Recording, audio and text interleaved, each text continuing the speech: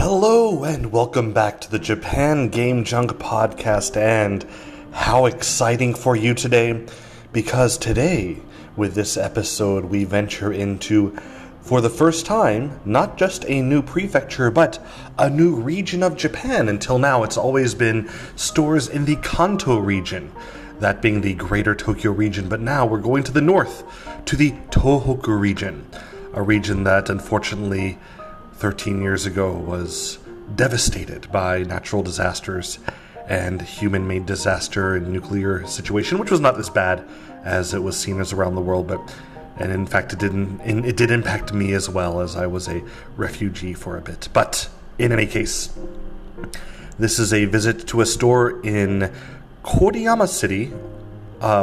Is it? Yes, it is. I'm sorry, I went to two different cities in the prefecture on that day. Koriyama City. Actually, I went to three cities. Koriyama City, the biggest city in the prefecture of Fukushima. Fukushima, which has a kind of a weird taste in the mouth for people around the world, but it is just a fine place, and no need to fear being in Fukushima. Anyway, Koriyama City, where I, in fact, after graduating my university, did in fact live there for about a month with a very short-term job, before moving to Iwaki, where I have been now for, about 20 years. So in this city there are two stores marketed as Surugaya stores. However, one is a Surugaya shop and one is a book market supported by Surugaya. I did in fact visit both, but for this first episode in Fukushima, this is the standalone Surugaya store in Koriyama City. So with that, let's see what is there for your shopping needs. First, surprised to see the complete in-box Heiyu Pikachu. That is Pokemon Star Pikachu for the Switch. This is the one that does include the the Monster Ball, And this one was 6,750 yen, which is a lot more than what I've seen it for usually. So I don't know if this is a typical price increase for the whole country, but might start to get a bit rare. So if you need the full set for your collection, then maybe you want to pick that up before it gets more expensive. Also there, very interesting, was the Legend of Zelda. This is the Ocarina of Time original soundtrack, just the CD soundtrack. Originally sold for 2,500 yen when it was new as a CD. This one, 10,000 yen now. The Ocarina of Time soundtrack on CD. I don't know why people say ocarina. I know in Japan it is ocarina, but English, ocarina, like in Monty Python, what was that? Which movie was that? Meaning of Life. It's an ocarina, sir, he said. Surely you know that's how it's pronounced. Then after that, there were a couple of soundtracks I found to be very interesting. Perpetual Blue being released for a mere 100 yen. The CD soundtrack for Perpetual Blue. Looks like it probably was a pack-in with a certain game. Don't know which one it was, but you can buy the soundtrack by itself. And also for 100 yen was a soundtrack for, what is that? Now the name escapes me, but anyway, if you check it, there's a soundtrack for a game that I can't even read this. I took a picture. Now I can't read it, but I'll put it this way. Many, many game soundtracks, either for recent mobile games or for the 2000s, between 2000 and 2010. Many soundtracks for 100 yen in this store.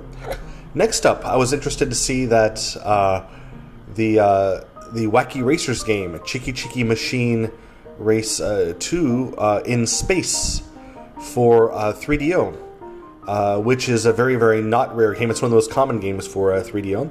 It was 1,660 yen, and if you never play this game, it's basically made for gambling. Like, basically you say, go to the race, and there are many pre-rendered CG scenes of the characters racing against each other. Usually the scenes are just recut, they're reassembled, and in the end there's a winner. And I guess the idea is that people are supposed to just watch the same videos re-released over and over again until it might be random. I'm not sure if it's actually they're predetermined as far as the how do you put it, like who the winner might be, or if it's just they show, for example, scene number 1 and there are 5 options and they show one of those randomly, scene 2, 5 options shown randomly, whatever it might be, showing cars overtaking each other in humorous ways. And then in the end there is a winner, which is the final scene showing a tight finish between the characters. And I don't know, I guess you're supposed to gamble on it, who knows. Anyway, this non-game where you just watch weird races, 1660 yen, as I said.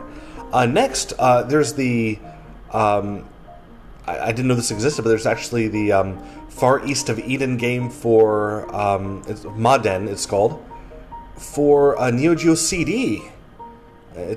I never even knew that this existed, but yeah, this it's an action game for the Neo Geo CD with this Far East of Eden series. Should have known that in the past, I did not. But I will not play it because it costs 13,800 yen for this game. Complete in box, one thing I kind of liked, Crazy Climber for the Wonder Swan. The old black and white Wonder Swan. It's a fun little retro game to play, and I love some Crazy Climber, and I was happy to see it, although not for the 69 nice 100 price tag. I believe I already had it anyway.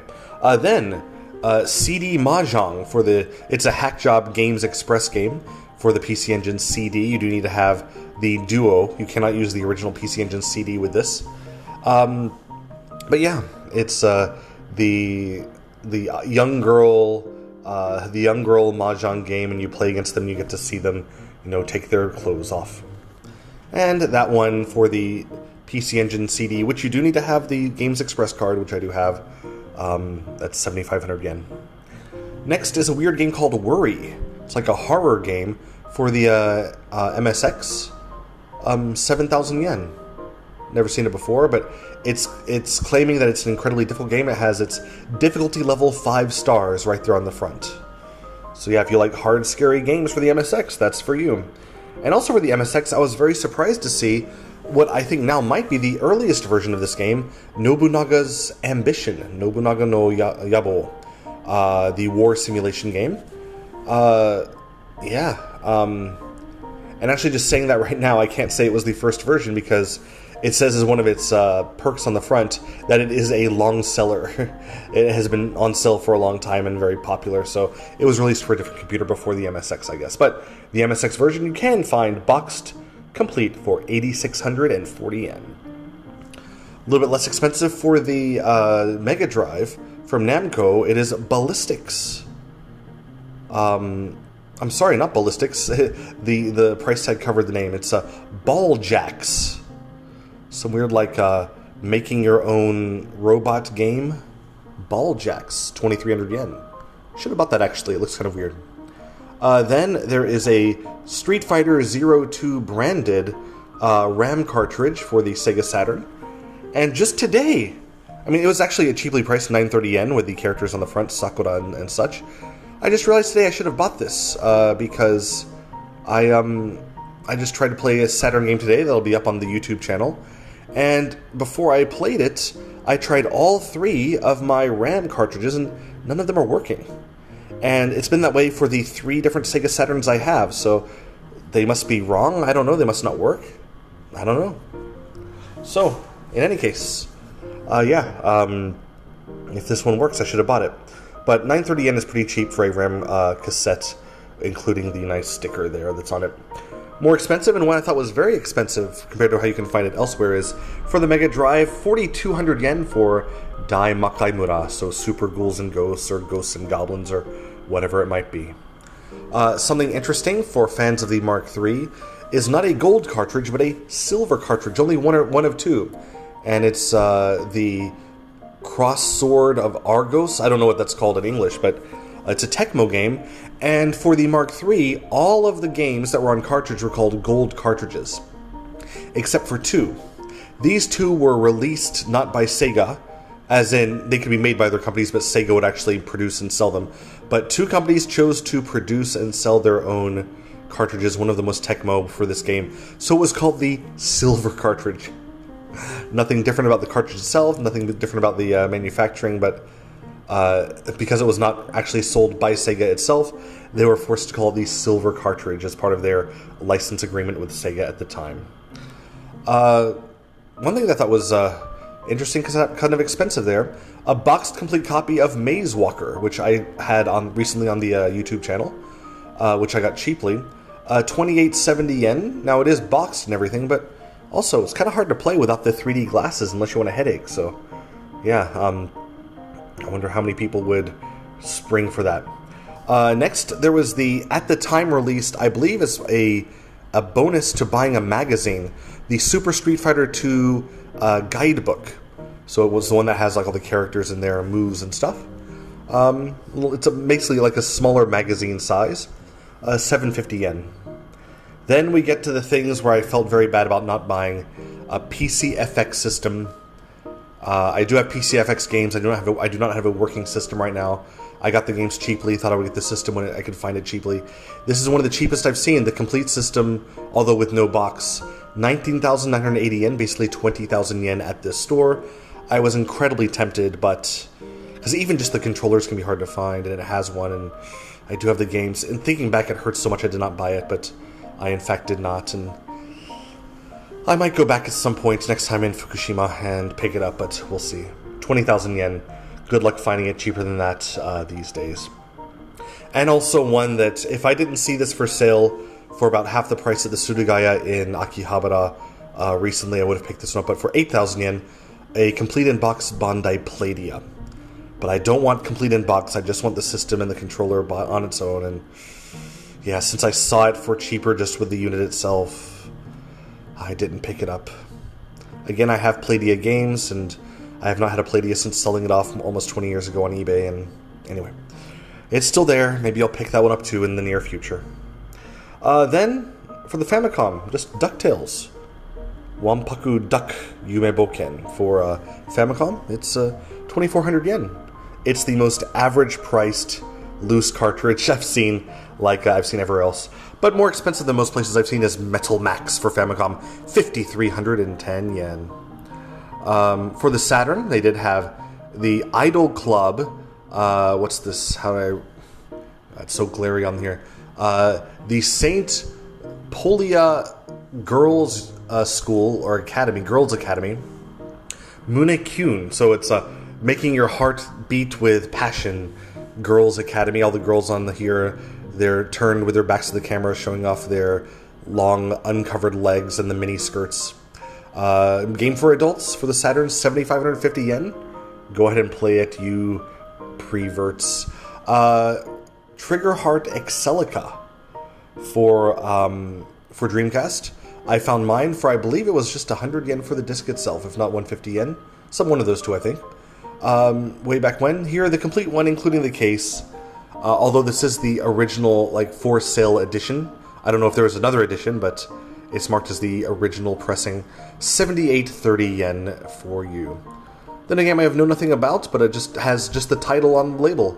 Trinea for Super Famicom. 6,380 yen. So if you want that, there it is. Otherwise, in the showcase, they had lots of random controllers.